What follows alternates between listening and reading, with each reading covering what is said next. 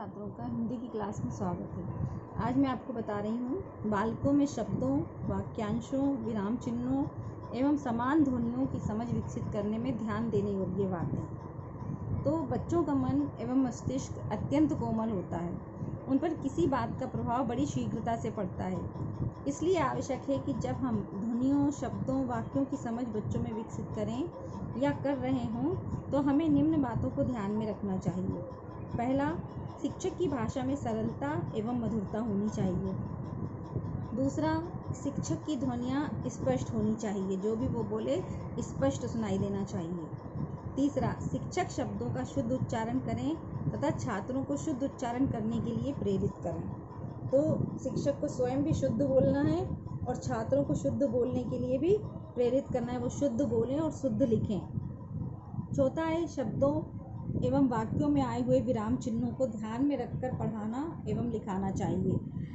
जितने भी विराम चिन्ह हैं, विराम चिन्हों का प्रयोग आपको बताना चाहिए बच्चों को, और किस तरह से अल्प विराम, पूर्ण विराम पे कहाँ कितना रुकना है, किस तरह यति और अति का ध्यान रखना है, ये बताना है। और इस तरह से ही पढ़ना सिखाना है शुरू से ही बच्चों को।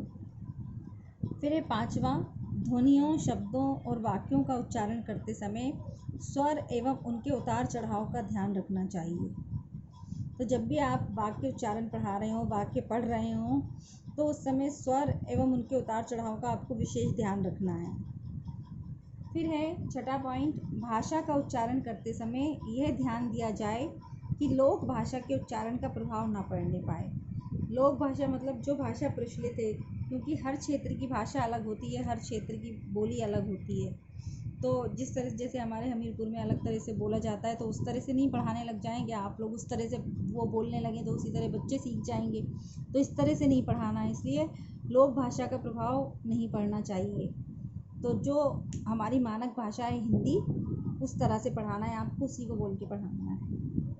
इसके बाद है गद्य पद्य में प्रयुक्त शब्द। भाषाओं का रूप एवं ग्राम्य अध्ययन रूप विज्ञान का एक प्रमुख अंग है। इसमें भाषा के रूपों का अध्ययन किया जाता है और अर्थ और वितरण के आधार पर रूपग्राम एवं समरूप का अध्ययन किया जाता है। रूपग्राम का मतलब होता है शब्द। जिस प्रकार ध्वनि विज्ञान में ध्वनिग्राम एवं संध्वनियों का वर्णन किया जाता है। रॉबर्ट लाडो के अनुसार, रॉबर्ट लाडो ने अपनी परिभाषा में बताया है, एक भाषा शास्त्री हैं, तो ध्वनि विज्ञान रूपग्रामों को पहचानता है, वर्गीकरण करता है व वर्णन करता है। तो संबद्धता के भेदों का जिनसे किसी भाषा के शब्दों का निर्माण होता है, रूप या पद के अवयव या घटक हैं जिनसे वाक्य बनता है। भाई सबसे छोटी इकाई है भाषा की ध्वनि। ध्वनि के बाद ध्वनि या वर्ण समझ लो। ध्वनि में क्योंकि कोई शब्द नहीं होता है, आवाज़ को हम ध्वनि मानते हैं, इसलिए वर्णों को वर्ण मान लेते हैं, अक्षरों को। अक्षर के बाद शब्द, शब्द के बाद वाक्य बनता है।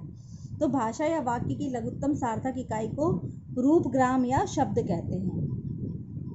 जैसे उसके पुस्तकालय की पुस्तकों की गिनती की जाएगी। इस वाक्य में 8 पद या रूप हैं जिन्हें सामान्य भाषा में शब्द कहते हैं, किंतु रूपग्राम जो हैं वो 13 हैं। उस, के, पुस्तक, आलय, की, पुस्तकों, की, गिनती, की, जाएगी, इस तरह से। तो ये होंगे रूपग्राम।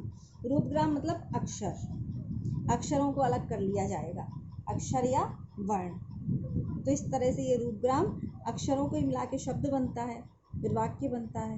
इस वीडियो में इतना ही, बाकी इसके आगे अगले वीडियो में बताइए।